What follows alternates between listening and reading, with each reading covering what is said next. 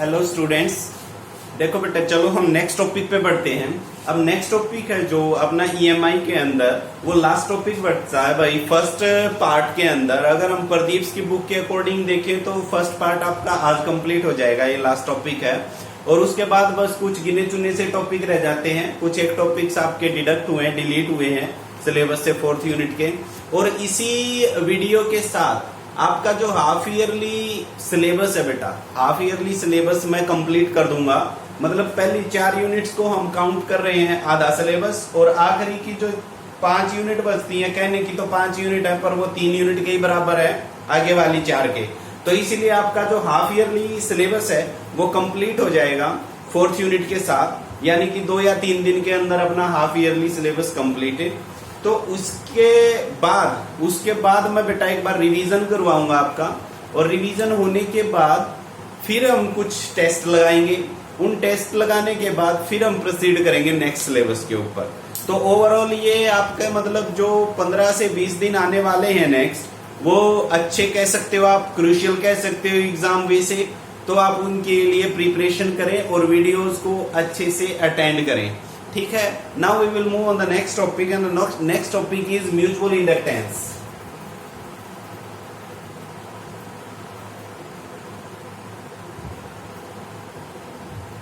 Mutual inductance होता क्या है? Let we have 2 coils, one is this and second is this. Let's say this is primary coil and this is secondary. When we pass electric current through the secondary coil, then we can say that current change in the secondary coil, current change होगा भाई secondary coil में, और current change होगा, current की वजह से इसके अंदर ये फ्लक्स जनरेट करवाएगा, फ्लक्स चेंज करवाएगा, और फ्लक्स चेंज होगा तो ईएमएफ इसके अंदर प्रोड्यूस होगा। अगर मैं इसमें से करंट पास कर दूं तो इसमें प्रोड्यूस होएगा EMF.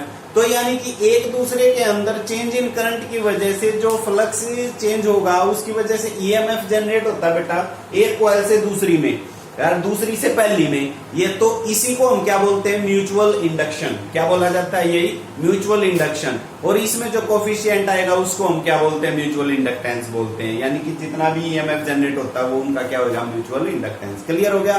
The phenomena to produce EMF due to the change in the second coil in the first is called mutual induction. Is called mutual induction. I will write the definition on the board, and this is the production of EMF in one coil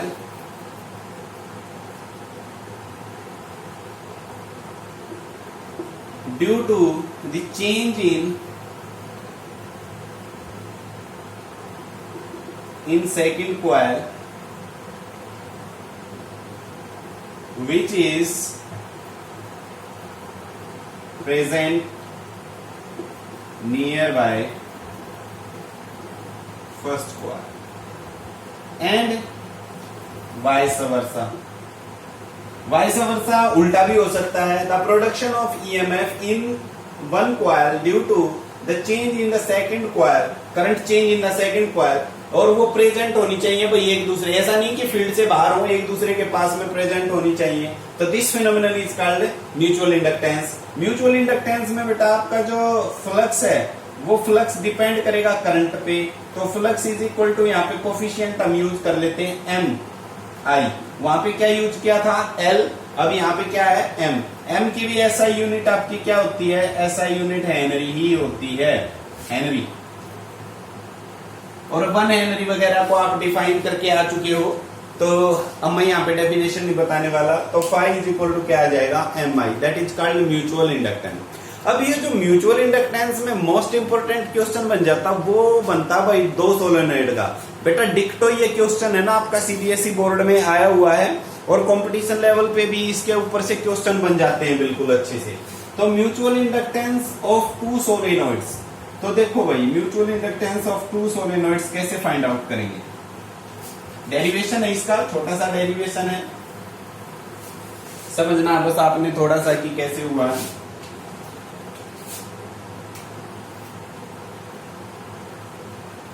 mutual inductance of two solenoids. Two solenoids, देखो भाई solenoid के topic बहुत हो चुके हैं, तो solenoid का बेटा ध्यान रखना, सोलेनोइड के ऊपर ऐसा क्वेश्चन जरूर बनता है, कोई साल आया ही नहीं कि क्वेश्चन ना बने, तो क्वेश्चन आप जरूर करें सोलेनोइड वाले। Let we have two solenoids, one is this and second is this. By dotted line, I am representing it by dotted line. If you can see,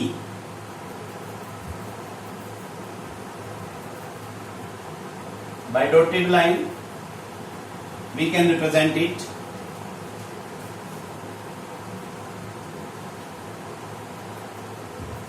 Let the current pass through first solenoid is I1 and second solenoid is I2. Length of the both solenoid is L. Area of cross section is also E. Same. Area of cross section और length हमने same ली अभी दोनों solenoids की. Number of turns per unit length, इसमें N1 है और दूसरे में number of turns per unit length है N। पहले के अंदर जो मैग्नेटिक फील्ड है वो B1 है और दूसरे के अंदर मैग्नेटिक फील्ड है वो मान लिया B2। ये चीजें मान ली। पहले सोलेनोइड की वजह से दूसरे के अंदर जो फ्लक्स जनरेट हुआ,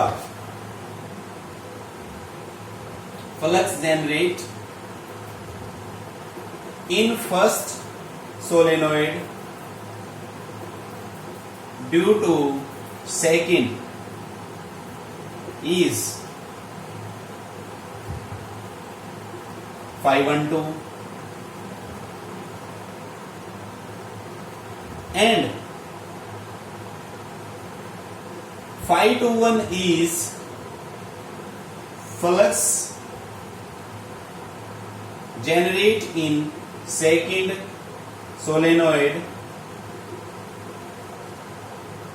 due to first। देखो बेटा थोड़ा सा इस टॉपिक के अंदर ध्यान रखना है, थोड़ा सा कंफ्यूजिंग है क्योंकि दो चीजें लेके चले हुए हैं। तो जो मैं लिख रहा हूं, मैं कोशिश कर रहा हूं कि लिख के आपको तक पहुंच जाए वो बातें, मैं बोलने की बजाय लिखता जा रहा हूं ताकि आप मैक्सिमम उसको नोट कर सको। तो मैंने लिख दिया कि 512 क्या है और 52 क्या है, 521 क्या है। 512 है flux generate in the first due to second, 52 is the flux generate in the second due to first. ये नोट कर लिया। अच्छा, अब एक बात सुनो, जो 521 है वो डिपेंड करेगा किस पे, I1 पे या I2 पे। शाबाश बताओ, सेकंड में जनरेट हो रहा है फ्लक्स, तो सेकंड में किसकी वजह से जनरेट होगा, फर्स्ट वाले करंट की वजह से। या हम इस इक्वेशन को लिखे हैं 521 is equal to M21 I1। मैं पहले अब इसी केस को करूंगा, 21 वाले को ही करेंगे पहले सारे को, जहां तक निपटाना रिजल्ट तक। अब पहले इसी को करेंगे, फिर बाद में इसको छेड़ेंगे, बाद में करेंगे इसको डिस्टर्ब की 21 क्या है और 12 क्या है। अब देखो 521 प्रोपोर्शनल टू I1 है, पहले सोलेनोइड के अंदर करंट पासिंग से पे डिपेंड करता है, तो 521 is equal to M21 into I1 आ गया। ये इक्वेशन आपकी आ गई फर्स्ट, ठीक है। अच्छा, अब जो ये फ्लक्स दूसरे के अंदर जनरेट हो रहा है वो मैग्नेटिक फील्ड को पहले की वजह से ही आया ना भाई। Magnetic field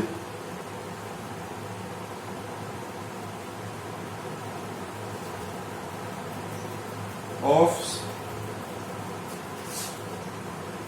first solenoid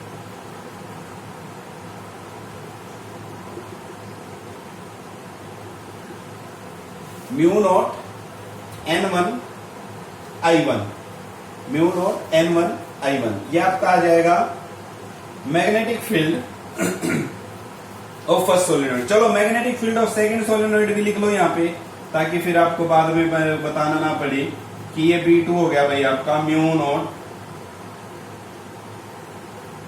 N2 I1। Clear होगी। अब मैग्नेटिक फील्ड की हेल्प से हम फ्लक्स निकाल सकते हैं भाई। एक फॉर्मूला फ्लक्स का मैग्नेटिक फील्ड से भी निकाल सकते हैं, एरिया करके मैग्नेटिक फील्ड लेकर के। तो flux generate in second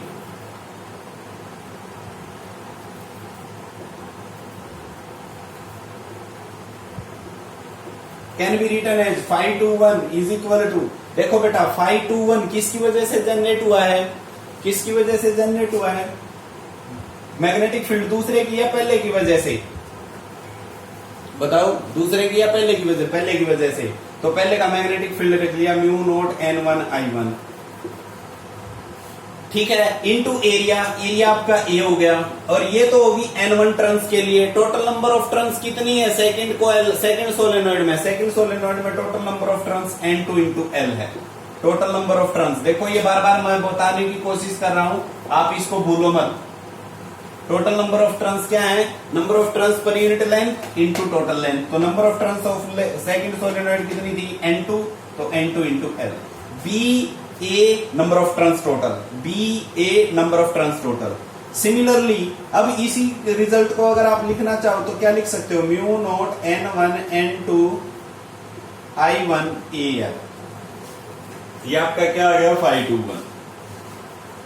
let's say that is your second equation, ये आपकी आ गई सेकंड इक्वेशन। अब देखो बेटा फर्स्ट इक्वेशन तो थी phi two one is equal to M21 into I1, और second equation phi two one is equal to mu two N1 N2 I1 into AL आ गया।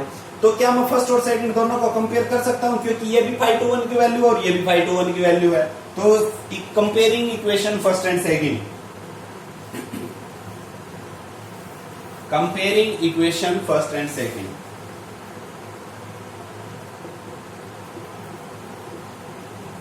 तो क्या था भाई फर्स्ट में M21 into I1 is equal to mu naught N1 N2 I1 AL, I1 से I1 cancel out, तो this will implies M21 is equal to mu naught N1 N2 A into L।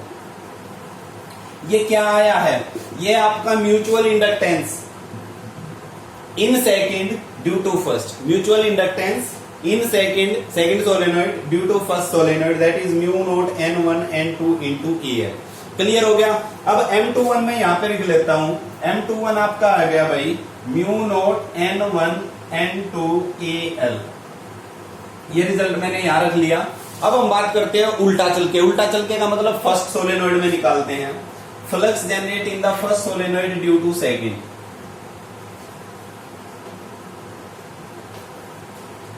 उसी case में अगर हम 512 लेके चले तो 512 क्या लिखा जाएगा, into I2। Let's say that is your third equation. 512 is equal to M12 into I2, दूसरे की वजह से हुआ ना, पहले में दूसरे की वजह से और दूसरे में पहले की वजह से चल ही रहा था, वो हम कर चुके हैं। Similarly flux can be written as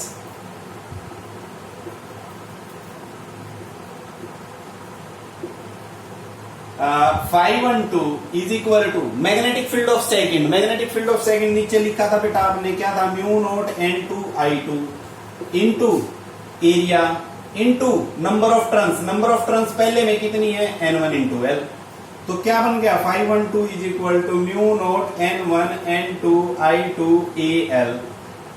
ये आपके आगे भाई फोर्थ इक्वेशन। अब थर्ड और फोर्थ को कंपेयर कर लो, कंपेयरिंग थर्ड एंड फोर्थ क्या बन जाएगी भाई, M12 I2 is equal to mu naught N1 N2 I2 AL, I2 से I2 कैंसिल आउट, तो this will implies M12 is equal to mu naught N1 N2। अब देखो भाई M12 और M21 दोनों सेम एंड वन थिंग है ना, तो this will implies M12 is equal to M21।